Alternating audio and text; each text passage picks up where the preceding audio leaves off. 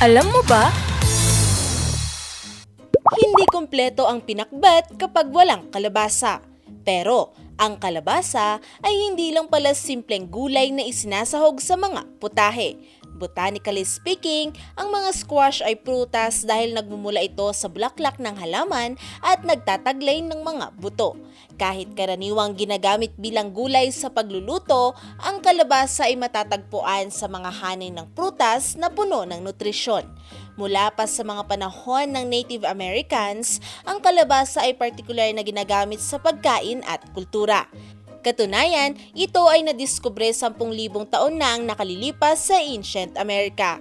Ayon sa Cleveland Clinic Health Essentials, ang kalabasa ay mayaman sa vitamins A, C at B6. Mayroon din itong beta-carotene, lutein at zeaxanthin na nakatutulong sa kalusugan ng ating mga mata.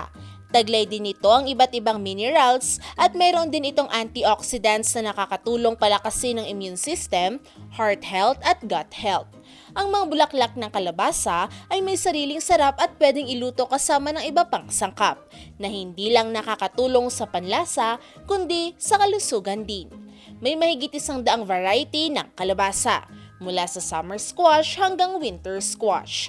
Iba't ibang hugis, kulay, laki at lasa ang makikita sa mga ito. Ito ay isa rin sa mga rason kung bakit ang kalabasa ay patok sa iba't ibang putahe at recipe sa buong mundo. Ang kalabasa ay low calorie at low fat food, kaya suwak na suwak ito para sa mga nagda-diet dyan. Marami rin ang hindi alam na noong una, ang mga jack-o'-lantern ay hindi mula sa mga kalabasa kundi sa turnips at beets. Sa paglipas ng panahon, ang kalabasa ay hindi lang simpleng gulay na karaniwang kasama sa pinakbet o okoy. Tara, kain! May gusto ba kayong malaman na trivia?